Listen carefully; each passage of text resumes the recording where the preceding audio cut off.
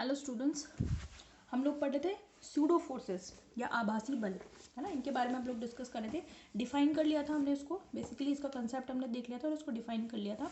और थोड़ा सा इसको इंडिकेशन वाइज भी हमने देख लिया था कि इसको कैसे अपन जो है शो करेंगे, है ना।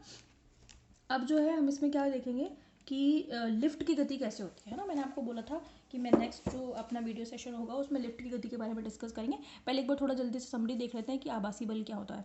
आभासी बल वो बल होता है जो वास्तव में किसी भी कण पर या किसी भी ऑब्जेक्ट पर कार्य नहीं करते, लेकिन वो ऐसे लगते हुए प्रतीत होते हैं, ऐसे महसूस होते हैं हमें, लेकिन वो वास्तव में कार्य नहीं करते। ठीक है, तो हमने इसमें देखा था कि एक एस फ्रेम है, एस फ्रेम में कोई कण है, वो कैसा है, एस फ्रेम के रेस्पेक्ट में इसका एक्सेलरेशन क्या है, ज़ीरो है, लेकिन फोर्स भी क्या है, ज़ीरो है। मतलब एक्सेलरेशन भी ज़ीरो है, फोर्स भी ज़ीरो है। तो एक तरीके से एस फ्रेम स्टेबल फ्रेम है और एस फ्रेम के रिस्पेक्ट में ये पार्टिकल भी कैसा है, स्टेबल ही है। ठीक है, अगर चलो हम स्टेबल नहीं भी कह रहे तो हम कम से कम ये कह रहे हैं कि एक्सेलरेशन जीरो है, क्योंकि एक्सेलरेशन जीरो होने का मतलब ये नहीं होता कि पार्टिकल स्टेबल है। क्यों नहीं होता?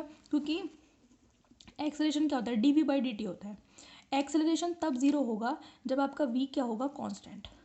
यानी कि कोई भी ऑब्जेक्ट अगर कांस्टेंट वेलोसिटी से मूव कर रहा है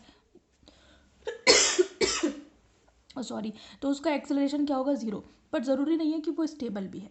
स्टेबल तब होगा अगर वी ज़ीरो होता, यानी कि पार्टिकल की वेलोसिटी ही ज़ीरो है। पार्टिकल की पोजीशन, वेलोसिटी जीरो होने का मतलब है कि उसकी जो पोजीशन है वो टाइम के रेस्पेक्ट में चेंज नहीं हो रही, तभी तो वेलोसिटी होगी जीरो। क्योंकि वेलोसिटी क्या होती है, change in position with respect to time, है ना। पोजीशन में टाइम के रेस्पेक्ट में जो चेंज होता है उसी को वेलोसिटी कहते हैं। तो वेलोसिटी जीरो होने का मतलब है कि पोजीशन चेंज नहीं हो रही। ये पेन यहाँ रखा है तो इसकी पोजीशन चेंज नहीं हो रही, इसका मतलब इसके पास वेलोसिटी नहीं है, वी की वैल्यू क्या है, ज़ीरो है।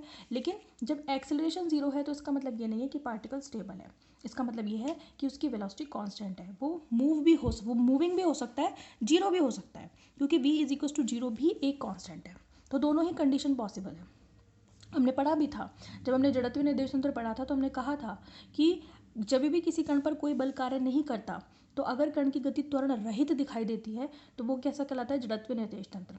उसमें हमने कहा था कि उसमें न्यूटन का दूसरा और पहला नियम लागू होते हैं। पहला नियम यही तो कहता है कोई वस्तु स्थिर है तो स्थिर रहेगी, गतिशील है तो नियत वेग से गतिशील करती रहेगी जब तक कोई बाह्य बल ना लगे। ठीक है, तो एफ बराबर जीरो में दोनों ही कंडीशंस फॉलो हो सकती हैं। वो हो सकता है कांस्टेंट हो, कोई वैल्यू हो, या फिर वो जीरो भी हो सकता है। समझ में आ गई?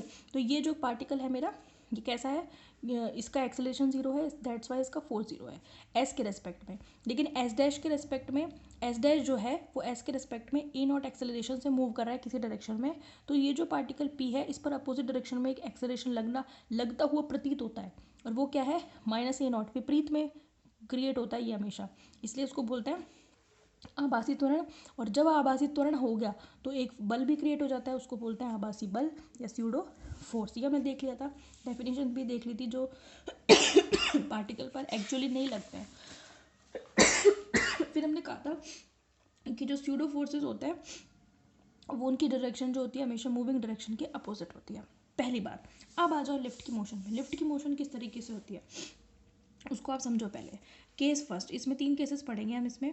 पहले लिफ्ट ऊपर जा रही है, फिर लिफ्ट नीचे जा रही है, या फिर लिफ्ट फ्रीली फॉल कर रही है, यानी कि वो टूट गई है लिफ्ट, कहीं ना कहीं से उसमें कोई टेक्निकल प्रॉब्लम आ गई है और लिफ्ट जो है वो टूट गई और वो फ्रीली यानी कि स्वतंत्रता पूर्वक मुक्त रूप से नीचे गिर रही है, तो उसकी मोशन कैसी होगी। समझ में आ गई बात आपको? तो सबसे पहले हम देख लेते हैं कि जब लिफ्ट जो है ऊपर जाती है, ठीक है, when lift is moving upward, moving along upward direction, यानी कि लिफ्ट जो है ऊपर की ओर गतिशील है तो क्या होगा। ठीक है, एक ऐसे इंडिकेशन डायग्राम बना देती हूँ, है ना। आप भी चाहो तो एग्जाम में बनाकर आ सकते हो, बाकी आपको ये समझने के लिए ज़रूरी है, आप नहीं भी बनाओगे तो भी कोई दिक्कत नहीं है, लेकिन आपको समझ में आनी चाहिए। सपोज करो ये पर्सन है लिफ्ट में, पहली बार बैठा है, बहुत खुश है, ये लो बहुत खुश है, ठीक है। ये गया कहीं किसी मल्टीप्लेक्स में या किसी मॉल वगैरह में, पहली बार ये लिफ्ट में बैठा तो ये बहुत ही खुश है कि आज तो मैं लिफ्ट में जा रहा हूँ। तो क्या हुआ, लिफ्ट जो है इसने अपने बटन दबाए सारे, और लिफ्ट जो है कहाँ जा रही है, ऊपर मूव कर रही है। तो लिफ्ट का जो एक्चुअल एक्सेलरेशन है वो कहाँ है, ऊपर की तरफ ए नॉट तो क्या है, एक्चुअल एक्सेलरेशन है जो किसकी वजह से क्रिएट होगा, लिफ्ट की मूवमेंट की वजह से। लिफ्ट जो नीचे से ऊपर जा रही है, मूव कर रही है, तो इसकी वजह से नीचे से ऊपर एक एक्सेलरेशन होगा। तो जो स्यूडो एक्सेलरेशन होगा, यानी कि जो आभासी जो त्वरण होगा, वो किस दिशा में क्रिएट होगा, नीचे की तरफ होगा कि नहीं होगा। भाई मैंने कहा ना आपसे, मूविंग डायरेक्शन के हमेशा अपोजिट डायरेक्शन में, ये लिखा हुआ ऊपर ही, उसके जस्ट अपोजिट डायरेक्शन में स्यूडो एक्सेलरेशन या स्यूडो फोर्स क्रिएट होता है। समझ में आ गई, स्यूडो फोर्स या फिर आप एक्सेलरेशन भी कह सकते हो। स्यूडो एक्सेलरेशन या स्यूडो फोर्स हमेशा कहाँ होगा, अपोजिट डायरेक्शन में होगा, मूविंग डायरेक्शन के। तो लिफ्ट जा रही है ऊपर, तो ये तो एक्चुअल है, ये तो कौन सा है, ये आभासी नहीं है, ये आपका वास्तविक त्वरण, ये रियल या एक्चुअल एक्सेलरेशन है। ये इसके जस्ट अपोजिट क्रिएट होगा। अब सुनो, ये जो बंदा बैठा हुआ है, इसका खुद का भी कुछ ना कुछ वजन होगा mg लिफ्ट का, और इसका खुद का टोटल मिला करके mg फोर्स जो है नीचे की तरफ ग्रेविटेशनल फोर्स लग रहा है। पहला बल तो ये लग रहा है, दूसरा एक और बल लगेगा।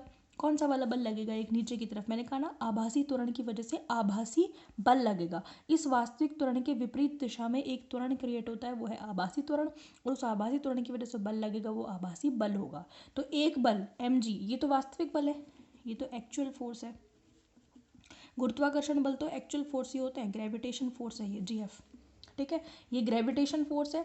दूसरा कौन सा लगेगा इस पर, दूसरा लगेगा इसी बंदे पर एक और लगेगा, वो कौन सा लगेगा, यहाँ पे मत दिखाओ, है ना, आप कंफ्यूज हो गए कहीं, यहाँ दिखाओ, वो कौन सा होगा इसके जस्ट अपोजिट डायरेक्शन में नीचे की तरफ, एम ए नॉट, या फिर आप इसको क्या लिख दो, minus M A naught. Opposite direction में है तो क्या लिखोगे, माइनस कितना लगेगा, माइनस एम ए नॉट, यहाँ लिख रही हूँ दोबारा से, समझ में आ गई।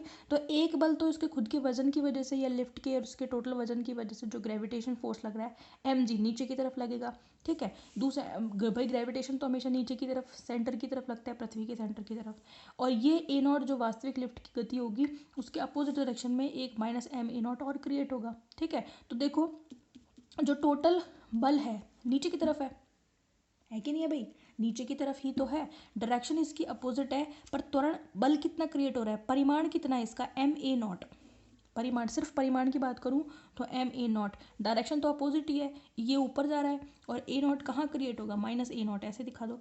ये ए नॉट कौन सा है, आभासी त्वरण, क्या कहेंगे इसको, आभासी त्वरण या फिर स्यूडो एक्सेलरेशन, ठीक है। तो माइनस ए नॉट नीचे, इस माइनस ए नॉट की वजह से जो क्रिएट हुआ फोर्स वो हुआ ये वाला, समझ में आ गई। तो प्रभावी भार कितना हो जाएगा, प्रभावी मतलब इफेक्टिव, जब आप नीचे से ऊपर जाओगे तो आप देख रहे हो कि दो फोर्स काम कर रहे हैं आपके पैरों पर, एक तो आभासी बल एम ए नॉट, और एक ग्रेविटेशनल फोर्स यानी कि गुरुत्वाकर्षण बल। तो ये mg में ये एम ए नॉट ऐड हो जाएगा, ऐड होने की वजह से जो आपका एक्चुअल वेट है उससे आपको थोड़ा बढ़ा हुआ महसूस होगा, आपके पैरों पे ऐसा लगता है कि थोड़ा भारीपन महसूस होता है। अगर अगर आपने कभी भी लिफ्ट में आप गए हुए हो तो आपको ये सारी चीज़ पता होगी, है ना। जैसे आप मान लो हैबिचुअल हो गए हो लिफ्ट में बैठने के, आप 5 7 10 बार लिफ्ट में जा चुके हो, है ना, तो फिर आपको ये चीज़ें धीरे धीरे कम महसूस होने लग जाती है। लेकिन आप बिल्कुल जब फर्स्ट टाइम जो आप लिफ्ट में जाओगे ना, तो आपको ये चीज़ साफ साफ तौर पर महसूस होगी कि आपके पैरों पर कुछ वज़न फील होगा, ठीक है।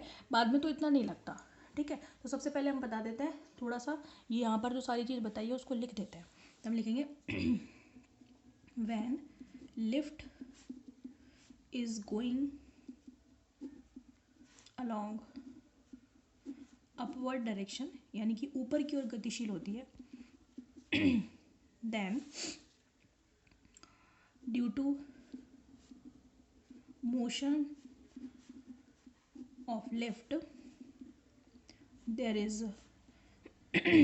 an acceleration a naught, opposite to this a pseudo acceleration, इसके अपोजिट है ना, opposite to this a pseudo acceleration created,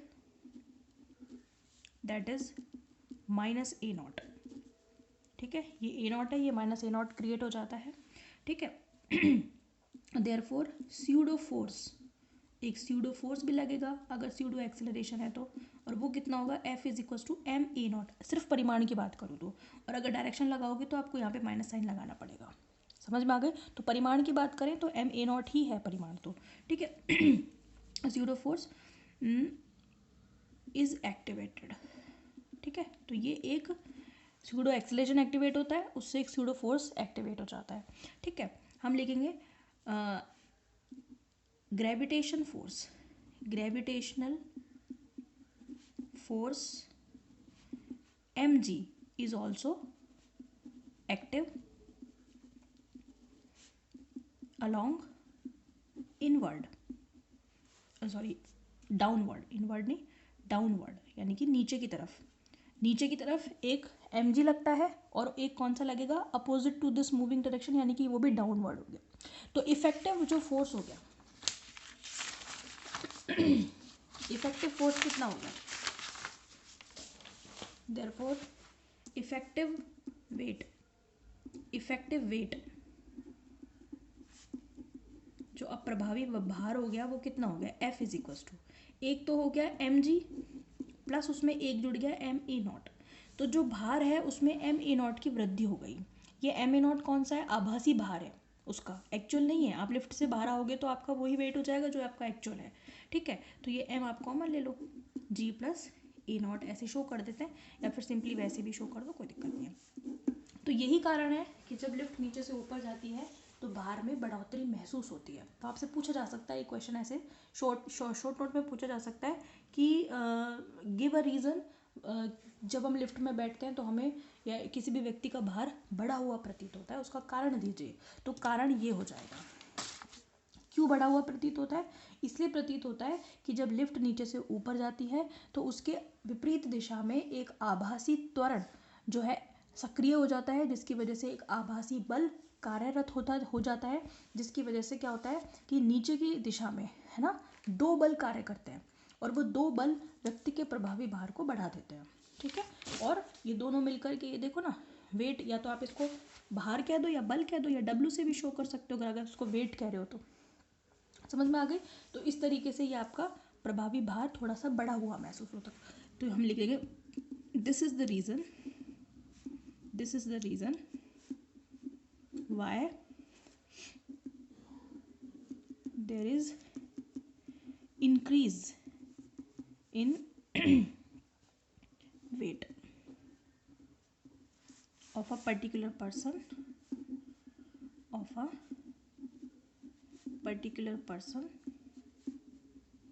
that is moving along upward direction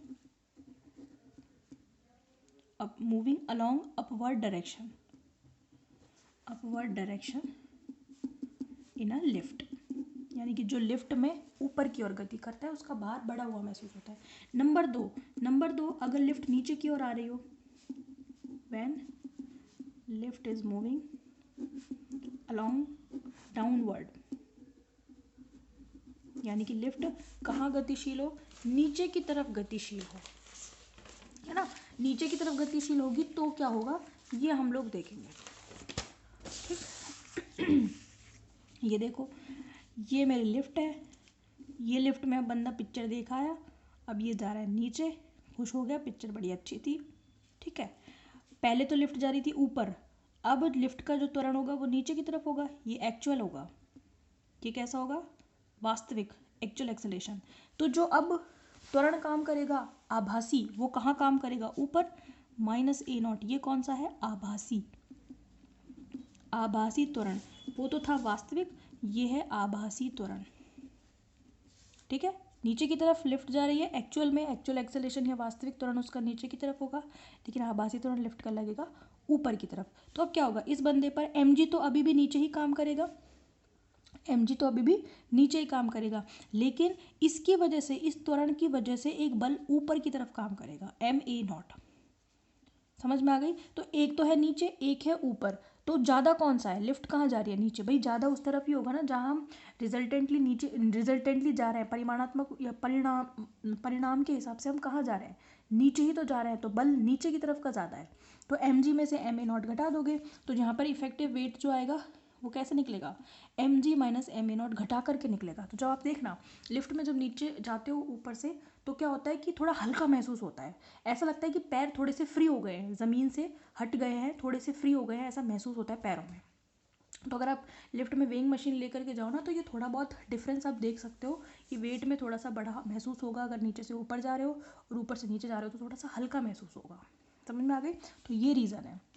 समझ में आया? तो इसको अपन लिख लेंगे और फिर हम देखेंगे कि स्वतंत्रतापूर्वक अगर एक लिफ्ट गिरेगी तो उसकी मोशन कैसी होगी, जिसको हम बोलेंगे ज़ीरो वेट कंडीशन, या फिर इसको शून्य भार की अवस्था बोली जाती है, और वो सबसे ज़्यादा पूछा जाता है एग्जाम में। ठीक है, देखेंगे आप इसको नेक्स्ट वीडियो में। Thank you.